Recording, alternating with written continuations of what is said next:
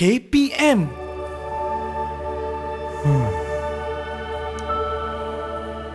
Aku baru menggalas jawatan sebagai Menteri Pendidikan. Bukan senang tugas aku. Aku perlu mencari apakah asasnya kepada dasar-dasar pendidikan negara supaya aku boleh merangka apa yang perlu aku lakukan untuk memantapkan lagi pendidikan negara. Tapi bagaimana ya untuk saya tahu dengan lebih lanjut? Assalamualaikum Datuk. Ya Azhar. Nampak pusing no Datuk ni. Unsing Azhar. Kenapa tu Datuk? Kamu tahulah, saya dilantik jadi Menteri Pendidikan dalam keadaan negara kita sekarang ni sangat mencabar Azhar. Betul Datuk. Saya kena betul-betul faham apa itu asas kepada dasar pendidikan negara. Baik Datuk, saya rasa tu apa kata kalau Datuk nak faham tentang asas, kita balik ke zaman silam kita. Kita tengok bagaimana asas pembelajaran ataupun pendidikan pada waktu tu sehinggalah membentuk sampai ke hari ni tu. Ya Zahar, dulu waktu saya sekolah, saya juga belajar tentang masa yang lepas tu. Apa yang cuba kamu sampaikan kepada saya ni? Ini saya ada satu benda istimewa tu. Saya ada gegelung ajaib tu. Jom kita pergi sana tu. Gegelung ajaib ya? Gegelung ajaib ni tu, kita berdiri atas ni, kita lompat tu, akan bawa kita ke zaman silam. Ke zaman silam? Kamu jangan main-main dengan saya Azhar. Ini betul tu. Saya nak bawa Datuk ni untuk kita kenal balik, untuk kita tengok balik asas pendidikan pada waktu itu. Mungkin boleh jadi idea ataupun cambahan idea untuk Datuk. Nak? Jom. Boleh Azhar? Jom Datuk. Mungkin kita boleh cuba? Okey, jom silakan Datuk. Okey. Saya kira 1, 2, 3 kita lompat tu 1, 2, 3.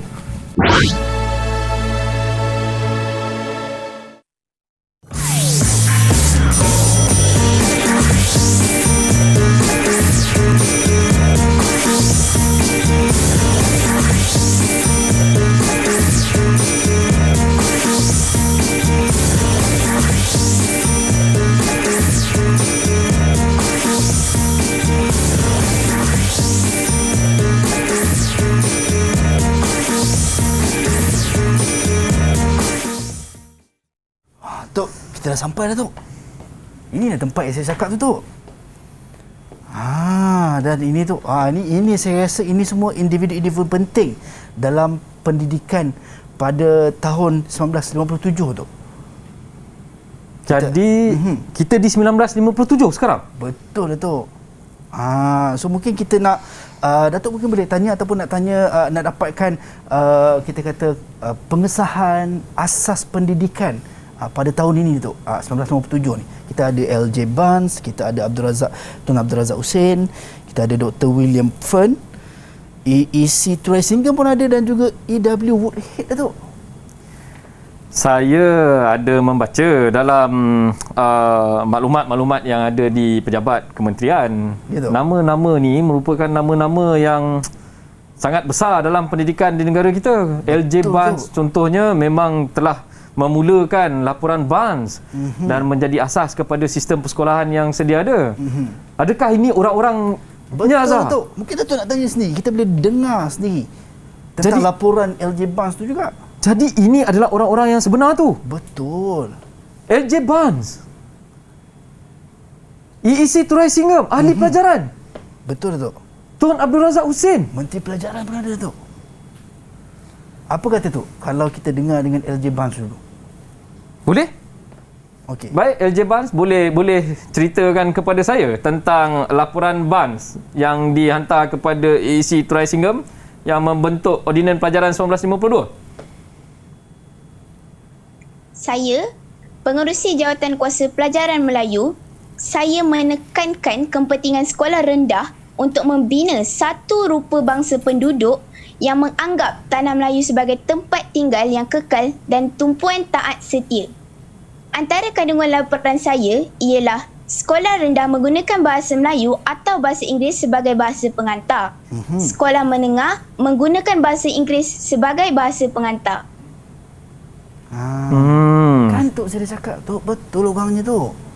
Maksudnya ketika ni dicadangkan bahasa Inggeris merupakan bahasa pengantar di sekolah-sekolah yang ada. Betul tu. Tapi ada berapa banyak sekolah ketika tu? Kita ada masyarakat Melayu, kita ada masyarakat Cina, kita ada masyarakat India dan lain-lain. Yep. Saya ada terbaca satu laporan yang lain yang dihantar selepas laporan Barnes. Kalau tak silap saya ada 2 nama dekat situ. Dr. Wu Te Yao dan William P. Fern, kalau saya tak silap. Tapi dalam laporan tu dia tulis laporan Fern Wu. Jadi siapa Fern Wu ni? Mungkin kita boleh minta penjelasan Dr. William. Dr. William mungkin boleh perjelaskan Dr. William P. Fern. Ya, boleh. Di bawah Ordinans 1951, laporan dari saya dan Dr. Wu Te Yao diterbitkan berikutan dengan bantahan daripada masyarakat Cina terhadap laporan Barnes dan mengkaji pendidikan Cina. Dia juga mencadangkan penambahbaikan untuk menjadikan sekolah Cina sebagai institusi yang memberikan faedah kepada penduduk tanah Melayu dan juga termasuklah sekolah Cina diteruskan secara berasingan di bawah sistem kebangsaan dan pendidikan sekolah Cina haruslah berorientasikan tanah Melayu. Ada juga dicadangkan bahawa sekolah vernacular iaitu sekolah Cina, sekolah Tamil dan sekolah Melayu dibenarkan beroperasi dan menggunakan 3 bahasa iaitu bahasa Melayu, bahasa Cina dan bahasa Tamil dan bahasa kebangsaan juga diadakan. Sekolah-sekolah aliran jenis kebangsaan, sekolah Inggeris dikekalkan. Sekolah-sekolah vocational telah dikembangkan untuk menampung keperluan tenaga pekerja mahir yang diperlukan untuk pembangunan negara Persekutuan Tanah Melayu Malaysia. Okey, baik. Terima kasih Dr. William. Saya nampak Datuk, apa yang berlaku pada zaman kita ni Datuk sebenarnya bermula ataupun diasaskan oleh pada zaman mereka lagi tu. Macam ada perkaitannya sebab tadi ada menyebut sekolah kebangsaan Cina, ada sebut sekolah kebangsaan India. Yep. Dan sekolah tapi ada satu perkara waktu saya bersekolah dulu Azhar. Ya, Tok. Saya memang tak tahu bahawa laporan Fern Wu tu adalah dibuat oleh 2 orang. Saya sangka Fern Wu tu nama seorang. Baru hari ni saya tahu rupa-rupanya ada 2, Dr. William P. Fern dan seorang lagi Dr. Wu Te Yao. So gabungan tu Datuk. Jadi laporan Fern Wu. Betul Datuk? Baru saya faham. Sebelum kita teruskan Tok, saya ingat saya nak pergi ambil air dulu untuk Datuk. Saya nampak Datuk pun dahaga Tok. Kita berhenti rehat seketika Tok. Boleh? Kita jumpa kejap lagi. Boleh. Okey, jangan ke mana-mana.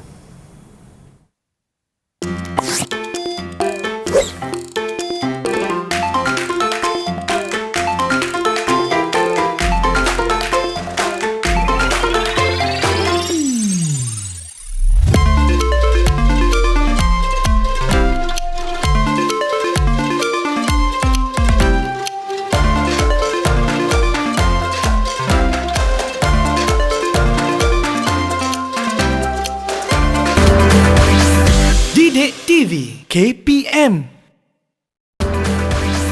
Didik TV KPM.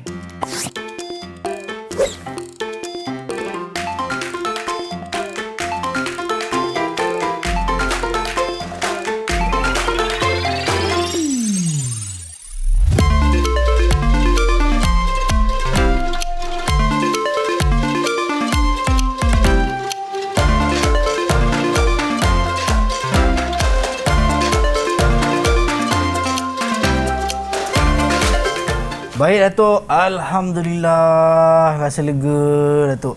So saya rasa banyak lagi kita nak bincangkan Datuk demi institusi pendidikan negara kita Datuk.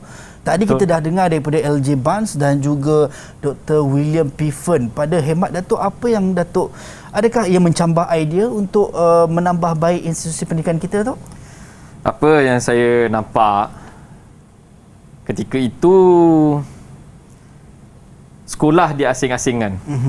Maksudnya kita ada pendidikan Inggeris, menggunakan bahasa Inggeris, seperti yang dicadangkan oleh LJ Barnes. So, LJ Barnes mencadangkan sekolah aliran Inggeris dengan menggunakan bahasa Inggeris sebagai pengantar dan laporan yang mengatasi kepada laporan Barnes tadi adalah laporan Fern Wu yang dibuat oleh 2 orang, iaitu Dr. W. P. Fern dan Dr. Wu Te Yao. Jadi mereka juga mencadangkan untuk sekolah dengan aliran mereka sendiri, iaitu sekolah aliran Cina, aliran India, dengan menggunakan bahasa ibunda mereka sebagai pengantar. Kalau kita tengok, yalah, hari ini kita pun ada. Kita ada sekolah jenis kebangsaan Cina, tapi nampak berbeza sikit dekat situ sebab hari ini dia dah bertukar kepada jenis kebangsaan dengan menggunakan bahasa kebangsaan sebagai pengantar. Tapi ya, saya berminat untuk tahu lebih lanjut lagi sebab yang saya tengok dalam fail yang ada hari ini di pejabat saya. Jadi untuk kita boleh tahu lebih lanjut lagi. Boleh Tok. Saya rasa tadi Datuk ada mention, ada sebut yang mana LJ Barnes menghantar laporannya kepada EEC Turai Singgam. Ya. Betul Tok? Ya, ya. Mungkin sebagai ahli pelajaran, kita dalam dah jumpa dengan EEC Turai Singgam. Mungkin Tuan EEC Turai Singgam boleh ceritakan berkenaan dengan sistem pendidikan ataupun berkenaan dengan laporan itu sendiri. Silakan. Baik, pada tahun 1992, saya telah membuat satu rumusan daripada laporan Barnes dan Fenwick. Jadi kita pun membuat ordinan pelajaran 1992 yang tujuan dia adalah untuk membentuk sistem pendidikan yang menggunakan bahasa rasmi persekutuan. Semua murid dari pelbagai bangsa disatukan di dalam satu sistem berorientasikan Tanah Melayu. Antara syarat yang kita letakkan di bawah ordinan tersebut adalah Tanah Melayu ada dua jenis sekolah rendah, iaitu sekolah yang menggunakan bahasa Melayu dan satu lagi sekolah yang menggunakan bahasa Inggeris sebagai bahasa pengantar. Bahasa Cina dan bahasa Tamil diajar sebagai bahasa ketiga di sekolah rendah sekiranya ada lebih 15 orang murid dalam kumpulan yang sama. Sekolah menengah pula menggunakan bahasa Inggeris sebagai bahasa pengantar. Baik. Itu saja. Terima kasih Tuan EEC Turai Singgam. Itu apa yang berdasarkan laporan daripada Fenwu dan juga LJ Barnes lah Datuk. Yang ini bunyi dia masuk akal sikit. Agak menghampiri sistem yang kita amalkan hari ini. Yep. Kita ada dua jenis sekolah kebangsaan untuk rendah. Kita ada sekolah kebangsaan dan kita ada sekolah jenis kebangsaan tetapi bahasa pengantar menggunakan bahasa kebangsaan. Tapi dia ada sebut tentang sekolah menengah tadi. Yep. Sekolah menengah menggunakan bahasa Inggeris. Kalau saya tak silap, EEC Turai Singgam ni merupakan ahli pelajaran dalam sistem ahli yang diperkenalkan cadangan oleh Datuk On. Oleh Datuk On. Kalau tak silap, saya ada melihat episod ni dalam Didik TV ketika tu. Datuk On mencadangkan tentang sistem ahli ni. Dan EEC Turai Singgam ni sebagai ahli pelajaran dalam tu. Dan mencadangkan apa nama tadi EEC Turai Singgam, ordinan apa? Ini ordinan yang telah pun ordinan yang dia sebut tadi, ordinan 1952. Macam mana nama dia? Ordinan Pelajaran 1952. Ordinan Pelajaran 1952. Betul. Dan ini sebenarnya Datuk, kalau kita tengok dia berbeza dengan apa yang disebut oleh Dr. William Piffen tadi. Kan Datuk, kalau ikut sekolah jenis aliran menggunakan kata pengantar ataupun bahasa pengantarnya adalah bahasa ibunda mereka. Betul. Tetapi EEC Turai Singgam telah pun menggariskan ordinan yang mana sekolah jenis aliran ini menggunakan bahasa kebangsaan sebagai bahasa pengantar. Ya. Okay. Tanpa mengetepikan bahasa ibunda masing-masing tadi. Masih boleh lagi dijadikan bahasa ketiga sekiranya ada lebih 15 pelajar yang mahu belajar bahasa tersebut. Itu yang saya kata tadi. Kelihatan macam agak sama dengan apa yang kita praktiskan hari ini. Tapi kalau kita tengok yang kita cerita ni tadi semua hanya di Semenanjung sahaja. Betul, Datuk. Sedangkan kita faham kita hari ini dalam negara Malaysia, Persekutuan Malaysia ni kita ada Sabah dan Sarawak. Ada satu nama, kalau saya tak silap nama dia Woodhead macam tu. Datuk? Ya, Woodhead. Dia buat tentang Sabah dan Sarawak kalau saya tak silap. Kebetulan Datuk memang abang Tuan EW Woodhead pun ada dengan kita tu. Mungkin kita boleh dengar terus Datuk. Mungkin boleh kongsikan sikit di Sabah dan Sarawak. Sebab yelah Azhar, kalau kita tengok keadaan di Semenanjung dengan keadaan di Sabah dan Sarawak agak berbeza bentuk muka bumi. Kalau kita nak kata hari ini dengan capaian internet, mungkin bentuk muka bumi di Sabah dan Sarawak menyukarkan capaian pembinaan sekolah dan sebagainya. Saya perlu maklumat yang lebih dekat sini supaya saya boleh pastikan pendidikan kita sama rata dicapai ke seluruh negara. Baik, boleh Datuk. Saya akan bantu Datuk. Okey. Baik, mungkin Tuan EW Woodhead boleh perjelaskan kepada Datuk YB kita.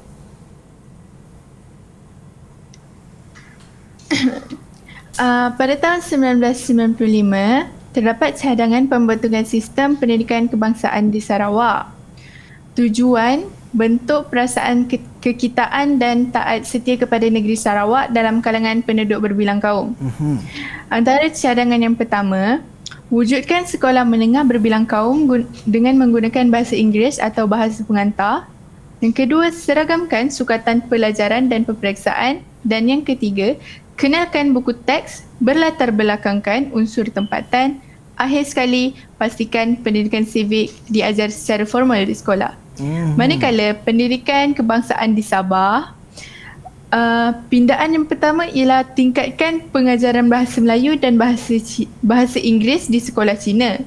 Pindaan yang kedua, pastikan bahasa Inggeris diajar di sekolah Melayu dan bahasa Melayu diajar di sekolah Inggeris. Dan seterusnya, tetapkan peperiksaan di sekolah menengah dikendalikan dalam bahasa Inggeris. Matlamat ini untuk menyeragamkan kurikulum dan peperiksaan peringkat rendah dan menengah, serta melahirkan perasaan kebersamaan dalam kalangan kaum di Sabah. Baik, terima kasih Tuan EW Woodhead. Ini saya nampak ada bagus juga Datuk dengan menyeragamkan. Maksudnya sekolah Inggeris menekankan bahasa kebangsaan, manakala sekolah kebangsaan menekankan bahasa Inggeris Datuk. Saya nampak rentetan daripada cadangan EW Woodhead itu tadi bawa ke masa kita ya Azhar, iaitu kalau kita tengok adanya peperiksaan di sekolah menengah. Kalau di zaman kita kita ada SPM, peperiksaan yang seragam untuk sekolah menengah. Dan kalau dulu kita ada UPSR, peperiksaan yang seragam untuk sekolah rendah, tapi hari ini kita dah gantikan dengan sistem yang lebih baik, lebih menyeluruh dan mencapai semua pelajar-pelajar kita di sekolah. Ya, tu. Tetapi dengan apa yang dikongsikan oleh Woodhead tadi, saya faham. Saya barulah faham kenapa sistem itu begitu. Agak menarik sebenarnya kalau kita tengok dalam laporan oleh Woodhead tadi, menunjukkan bahawa betapa Sabah dan Sarawak menjadi asas kepada integrasi antara kaum yang kita terapkan di sekolah. Dan hari ini kita di sekolah juga menekankan integrasi kaum itu supaya tidak ada perbezaan, supaya semua orang boleh bertutur dengan bahasa yang sama dan boleh berkomunikasi dengan baik di antara satu sama lain. Baik, secara tidak langsung Datuk, dengan apa yang Datuk huraikan, saya dapat faham sebenarnya secara tidak langsung apa yang berlaku dengan ordinan ataupun laporan yang diberikan sebentar tadi ini secara langsung boleh memberikan ataupun memupuk rasa kasih dan sayang ataupun saling kenalan antara satu dengan yang lain. Kalau kita maklum di negeri Sabah dan Sarawak terdapat banyak jenis kaum, kepelbagaian kaum itu di sana. So ini secara tidak langsung boleh memberikan kita kata perkenalan ataupun memupuk rasa muhibbah lah antara sesama rakyat Sarawak dan Sabah, Datuk. Masuk akal Azhar. Kepelbagaian etnik dan kaum di Sabah dan Sarawak itu menyebabkan laporan Woodhead menjadi kita punya penanda aras untuk integrasi kaum yang kita praktiskan di dalam pendidikan di negara kita.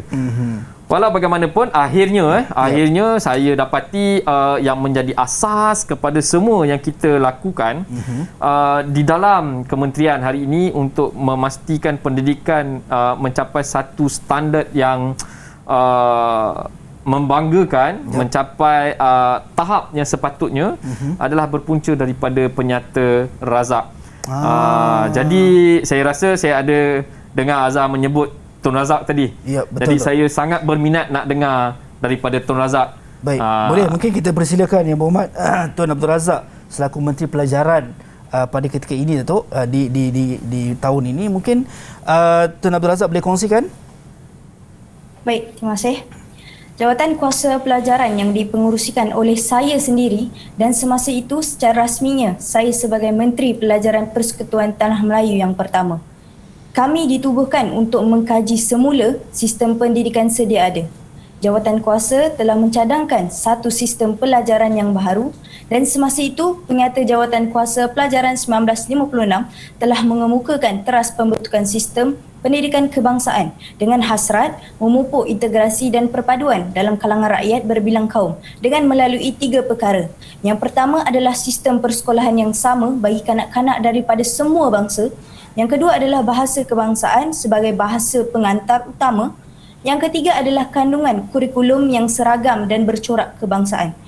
Pengyata Jawatan Kuasa ada juga mencadangkan sekolah umum menggunakan bahasa Melayu, sekolah jenis umum menggunakan sama ada bahasa Inggeris, bahasa Cina atau bahasa Tamil.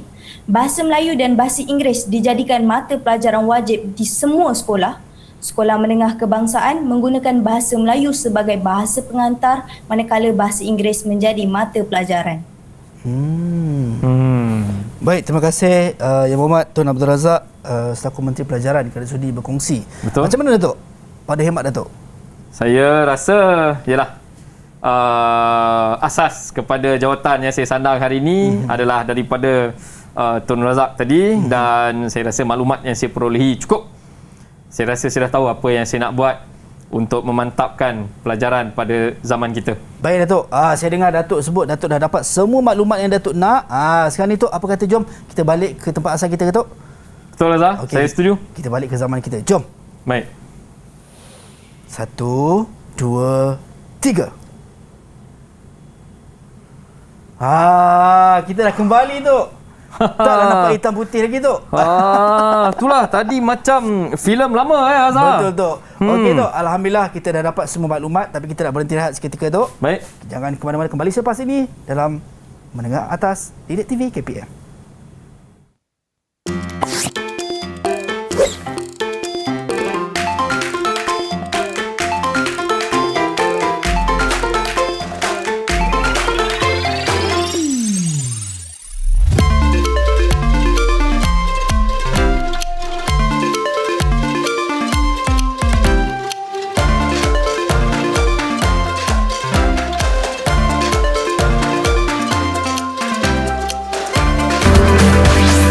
Didik TV KPM.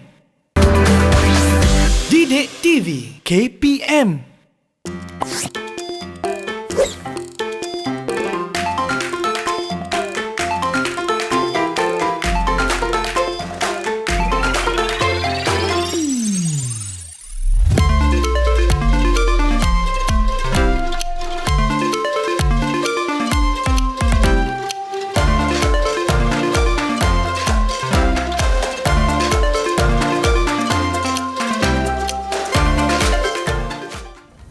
Baik, kembali dalam Mendengar Atas Didik TV KPM bersama dengan saya Azhar Hilmi.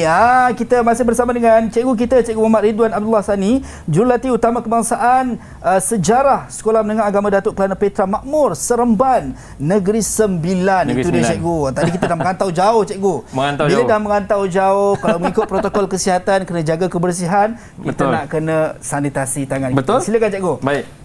Itu kalau anda pergi mana-mana pastikan ada gel pembasmi kuman bersama dengan anda. Kalau di rumah boleh gunakan air dan juga sabun. Objektifnya sama untuk pastikan kebersihan kita terjaga.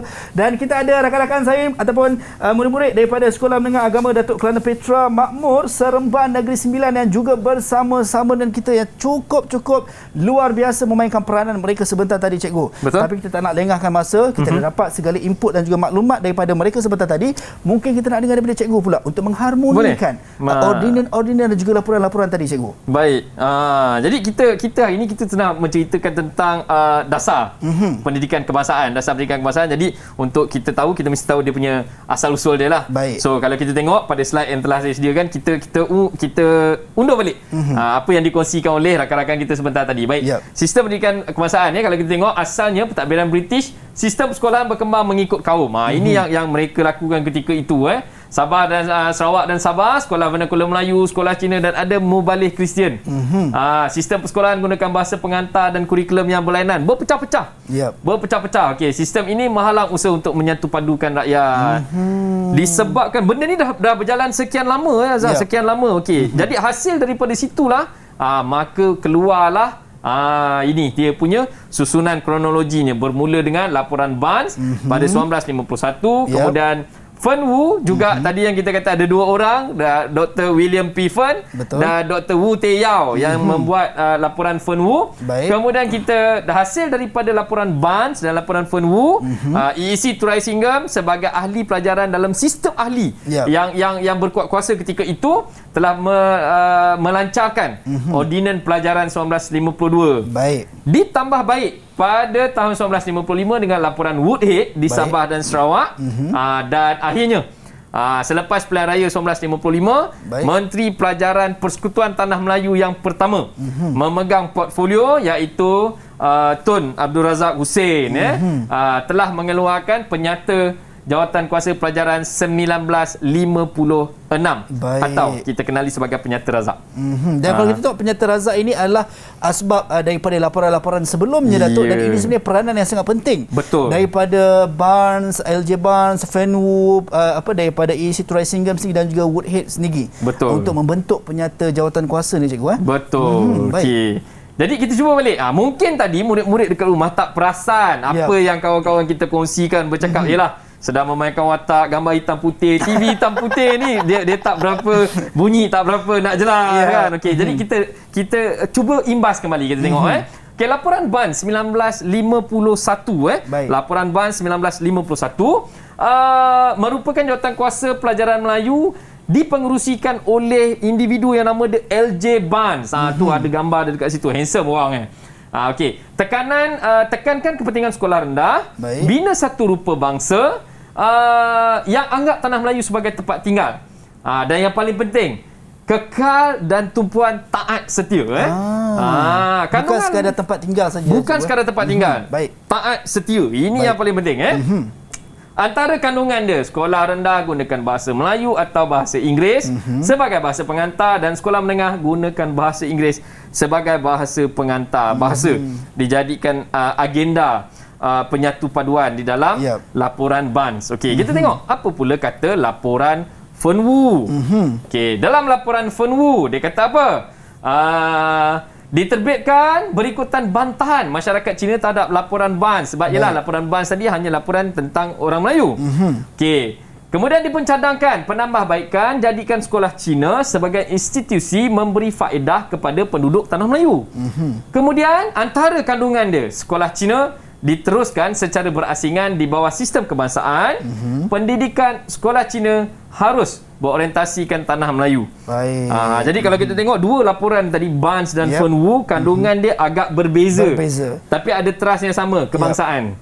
Kebangsaan, tetapi fokusnya mungkin berbeza. Yang berbeza. Jadi ketika itulah sistem ahli diwujudkan. EEC Turaisingam dilantik sebagai ahli pelajaran. Apa yang EEC Turaisingam buat? Kita tengok. Maka di bawah ahli pelajaran di dalam sistem ahli, kita tengok telah diluluskan satu ordinan, iaitu Ordinan Pelajaran 1952. Okey, apa yang diluluskan? Penasihat Pusat Pelajaran meneliti laporan Barnes dan laporan Fen Wu. Kedua-dua laporan diambil. Diterima. Kita tak tolak. Kita mahu inklusif untuk semua. Okey, kemudian tujuan membentuk sistem pendidikan yang menggunakan bahasa rasmi persekutuan. Sekarang waktu tu dah ada Persekutuan Tanah Melayu. Okey, kemudian kita teruskan. Semua murid dari pelbagai bangsa disatukan dalam satu sistem berorientasikan tanah Melayu. Dah, tak payah tadi Inggeris ke, Cina ke, India ke, tak. Kita satu sistem yang sama, tanah Melayu. Okey, kemudian baru kita pergi ke seterusnya. Antara perkara yang termaktub, tanah Melayu, dua jenis sekolah rendah, gunakan bahasa Melayu dan bahasa Inggeris sebagai bahasa pengantar. Kenapa ada bahasa Inggeris tu? Sebab waktu ni kita belum ada Perdana Menteri, kita ada Pesuruh Jaya Tinggi British. Okay, bahasa Cina dan bahasa Tamil, bahasa ketiga, sekiranya ada 15 orang murid dalam kumpulan yang sama, sekolah menengah gunakan bahasa Inggeris sebagai bahasa pengantar. Seterusnya, Ordinan ini undang-undang pertama berkaitan pembentukan satu sistem persekolahan rendah berteraskan bahasa Inggeris dan bahasa Melayu sebagai bahasa pengantar. Nampak, dia merupakan undang-undang yang pertama berkaitan dengan pendidikan untuk negara kita, Azhar. Ini kita kata sebagai sumbangan EAC Trisingle. Ya, sebagai ahli pelajaran ketika itu. Jadi Ordinan Pelajaran 1952 ni kalau kita letakkan dia sebagai pemula kepada semua yang ada di dalam dasar pendidikan negara kita hari ini. Walau bagaimanapun, ordinan ini masih belum dapat penuhi aspirasi semua kaum di tanah Melayu kerana tetap mendapat tentangan daripada kaum-kaum yang ada. Itu dia. Maksudnya kira masih ada lagi yang perlu diperbaiki lah. Ya. Baik. Tapi kita tak cerita tentang apa yang nak baiki itu sebab benda tu dah ada. Kita belajar sejarah, benda dah berlaku. Tapi saya nak tanya dengan murid-murid yang ada. Baik, cikgu. Mari kita cuba tanya dekat dia. Boleh. Siapakah Tadi cikgu? kita dah buat dekat awal, kita dah buat penerangan kat sini. Baik, soalan saya. Apakah kandungan Ordinan Pelajaran 1952? Murid-murid di atas talian. Siapa nak cuba jawab? Baik. Ini baru je tadi cikgu. Baru je. Kita dah ulang 2 kali ni. Kita dah ulang 2 kali. Okey, siapa nak jawab? Silakan. Okey, angkat tangan. Siapa nak jawab? Okey. Ya. Silakan. E.W. Woodhead atau nama sebenar? Nazimah. Baik, Okey, silakan teruskan Nazimah. Saya minta ulang soalan. Apakah kandungan Ordinan Pelajaran 1952, Nazimah? Silakan Nazimah. Kandungan yang terdapat ialah di tanah Melayu ada 2 jenis sekolah rendah menggunakan bahasa Melayu dan bahasa Inggeris dan bahasa Cina dan bahasa Tamil. Bahasa ketiganya sekiranya ada 15 orang murid kumpulan sama. Baik. Sekolah menengah menggunakan bahasa Inggeris ataupun bahasa pengantar. Baik. Ni tanda murid-murid kita tak tidur, Azhar. Baik. Mereka fokus. Mereka fokus. Kita sambung lagi. Azhar. Silakan cikgu. Okey, kemudian kita ada laporan Woodhead. Okey, Woodhead juga memberikan laporannya berkaitan dengan Sabah dan Sarawak. Dari tadi semua dekat tanah Melayu. Sekarang Sabah dan Sarawak. So Woodhead merupakan ketua pegawai pelajaran dari Britain. Diundang tinjau perkembangan pendidikan. Dan dicadangkan oleh Woodhead, perkasakan pendidikan peringkat rendah dan menengah, titik beratkan kepentingan bahasa Inggeris sebagai bahasa pengantar, wujudkan sistem pembiayaan pendidikan yang teratur. Dan di bawah laporan Woodhead 1995, telah membentuk pendidikan kebangsaan di Sarawak dan pendidikan kebangsaan di Sabah. Dia cuma fokus di Sabah dan Sarawak ketika itu. Dan mungkin ketika itu tidak ada cadangan untuk membentuk Malaysia, untuk Sabah dan Sarawak masuk ke dalam Persekutuan Malaysia bergabung dengan Tanah Melayu. Ya. Baik. Soalan yang seterusnya. Baik. Sekali lagi kita tanya dengan murid-murid di atas talian. Apakah cadangan laporan Woodhead di Sabah dan Sarawak pada tahun 1955? Siapa nak jawab? Siapa yang nak jawab? Saya, Sir. Ya. Baik, LJ silakan. Barnes. LJ Teruskan. Terdapat cadangan pembentukan sistem pendidikan kebahasaan di Sarawak. Antaranya ialah cadangan pertama, wujudkan sekolah menengah berbilang kaum menggunakan bahasa Inggeris sebagai bahasa pengantar.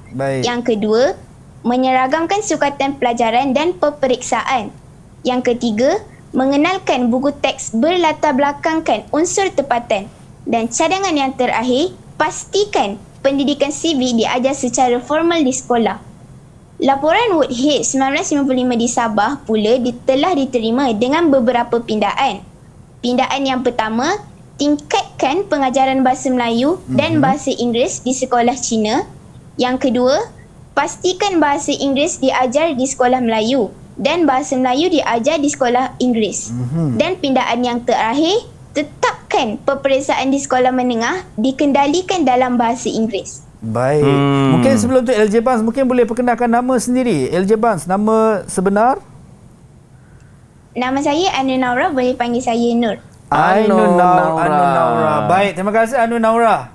Okey, adakah jawapan Anu Naura betul, cikgu? Sebab Anu Naura memegang watak LJ Barnes. Ya, bukan tapi Woodhead. dia boleh menjawab tentang Woodhead. Betul. Kalau kita tengok apa yang ada dekat skrin, sama dengan apa yang Anor jawab tadi.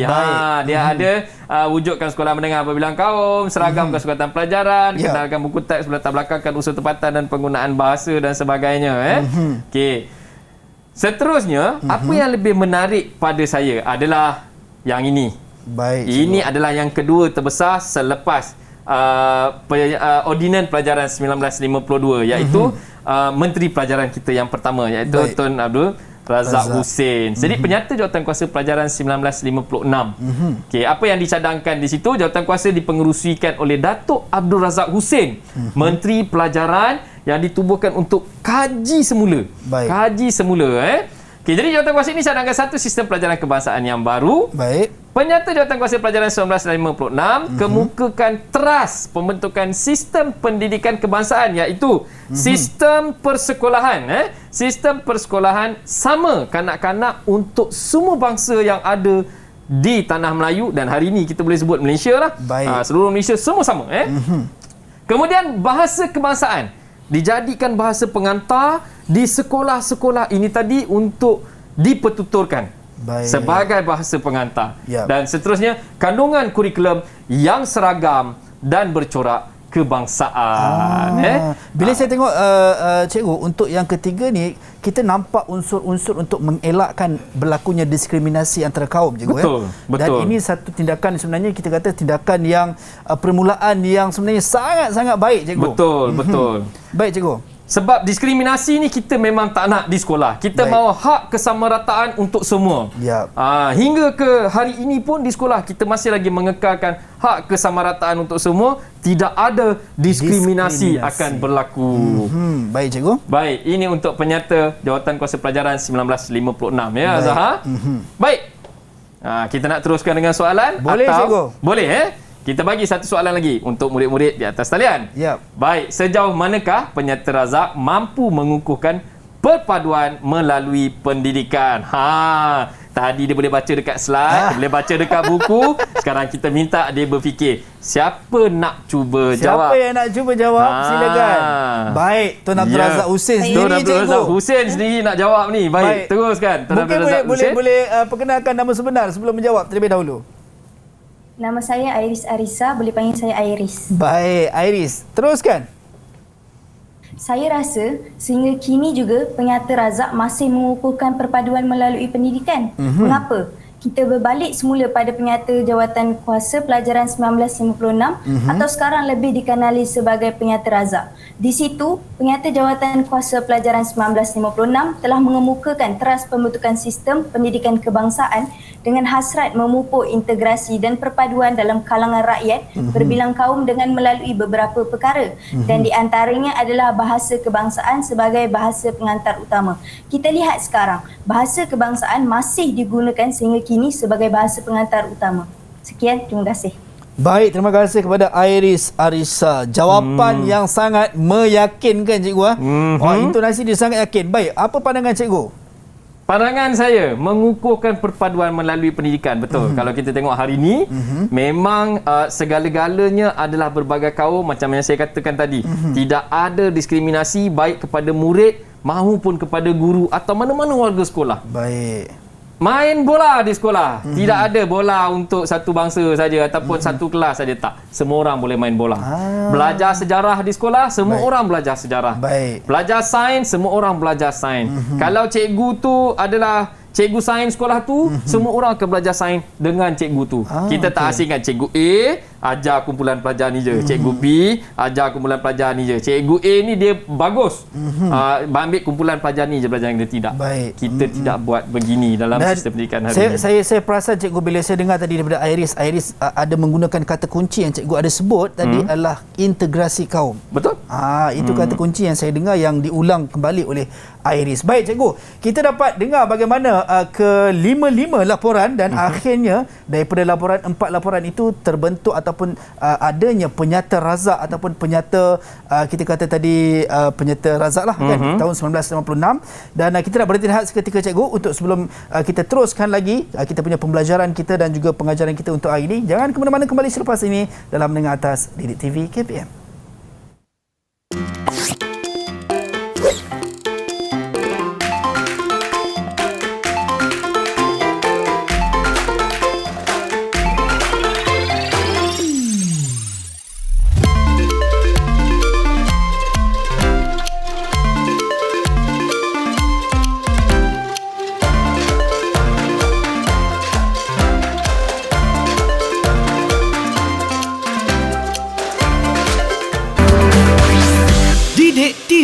KPM.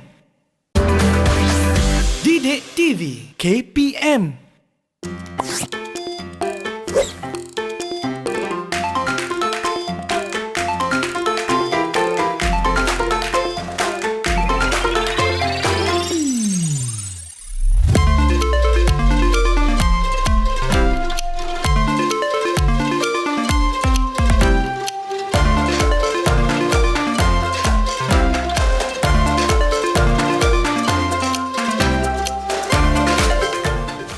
Baik, kembali dalam Mendengar Atas Didik TV KPM bersama dengan saya Azhar Hilmi dan juga Cikgu Muhammad Ridwan Abdullah Sani serta rakan-rakan saya daripada Sekolah Menengah Agama Datuk Kelana Petra Makmur, Seremban Negeri Sembilan serta anda yang berada di rumah pada ketika ini. Baik, Cikgu, tadi kita dah tahu berkenaan dengan kelima-lima laporan penting dalam membentuk institusi pendidikan yang luar biasa ni, Cikgu. Mungkin kita kata kita nak ulang kaji semula untuk kelima-lima ni, Cikgu. Mungkin Cikgu boleh ulang kaji sama-sama, insyaAllah. Jadi kalau kita tengok ingat dia bermula dengan laporan oleh LJ Barnes. Yep.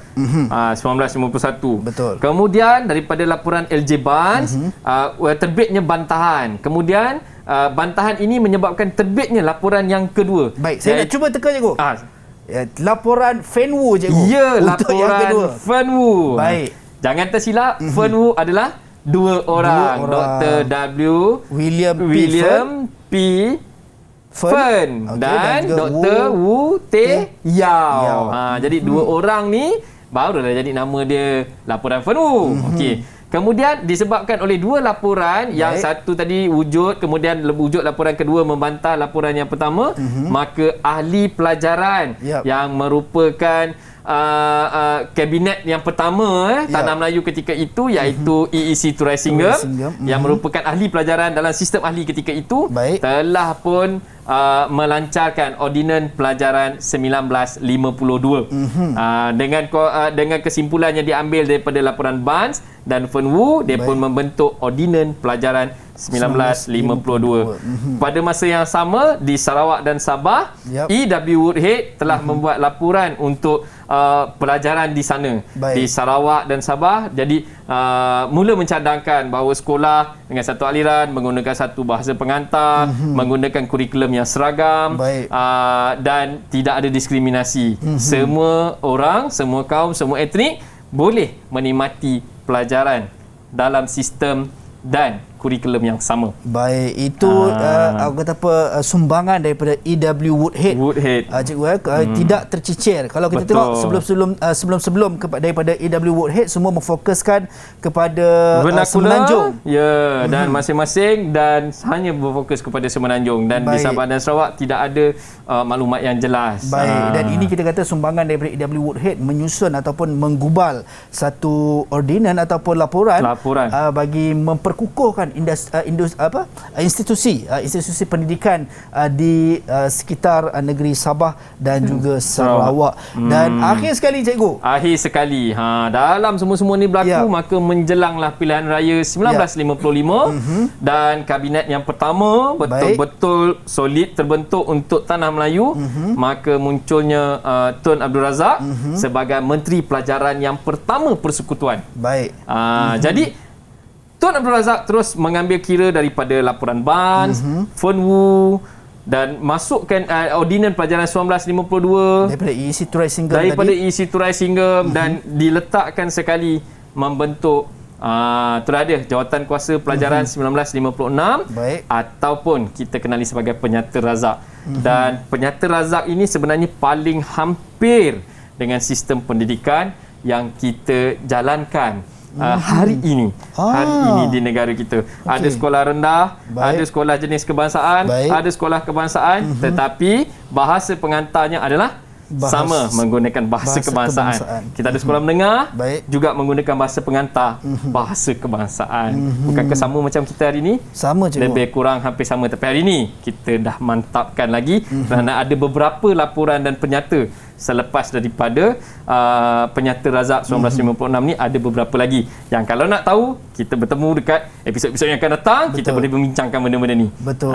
Dan mungkin kalau kita tengok perbezaan seiring dengan pembangunan teknologi ataupun modernnya teknologi pada hari ini, kalau dulu mungkin dari sudut institusi pendidikan hanya memfokuskan kepada dalam kelas, dan ketika hari ini kalau kita tengok mungkin hikmah daripada pandemik COVID-19 ini juga sebenarnya adanya berlaku satu lonjakan yang luar biasa juga dengan adanya Didik TV KPM. Betul. Serta saya sendiri cikgu di sini. Betul.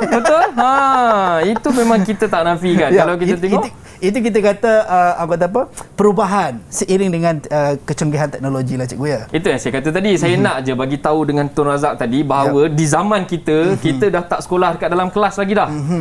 Kan tengok macam tahun ni kita hanya ber-PDPR di rumah. Baik. Tetapi semuanya berjalan seperti biasa. Baik. Termasuk aktiviti co-curriculum. Baik. Pelajar masih boleh berkawat kaki. Ya, betul cikgu. Dan yang paling penting cikgu, sebenarnya dengan asbab sumbangan individu-individu penting ini terdahulu sebenarnya memberi impak yang sangat besar kepada institusi pendidikan kita hari ini, sehingga kita mampu untuk menambah, atau bukan kita kata menambah baik, tetapi memperbaiki, lebih kuranglah kan. Kita kata dengan apa yang ada tu mungkin ditambah baik supaya menjadi lebih baik.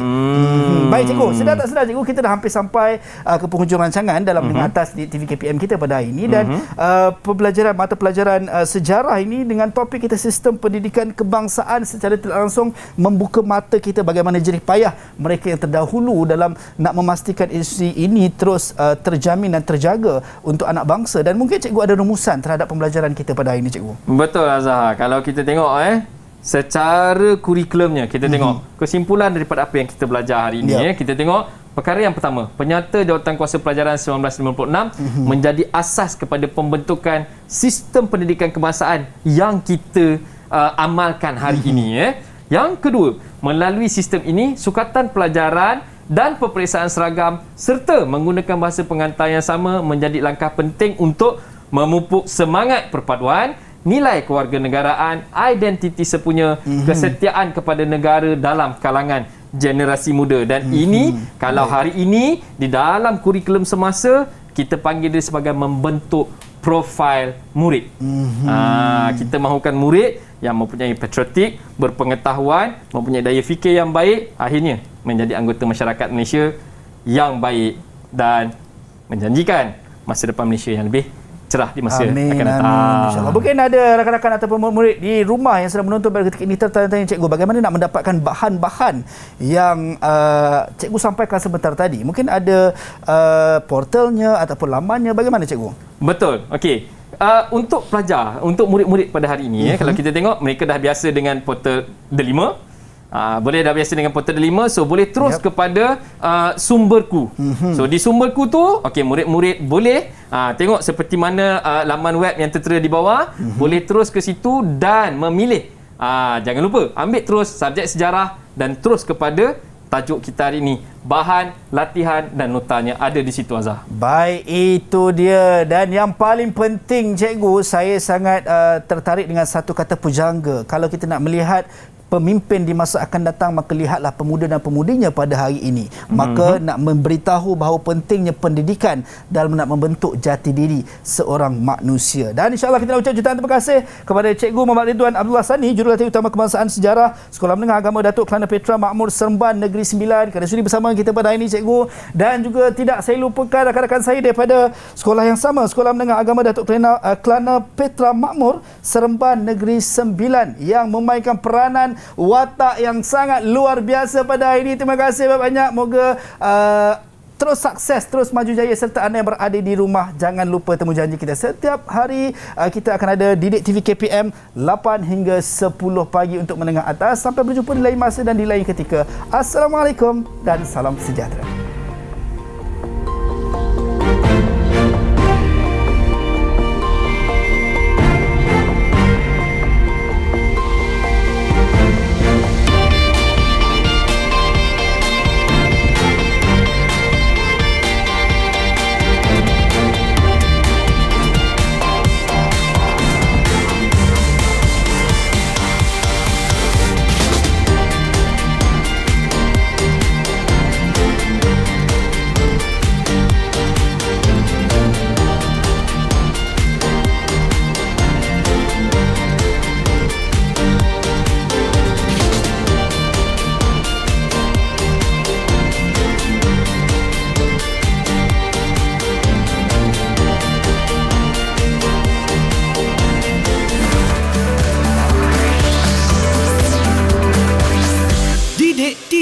KPM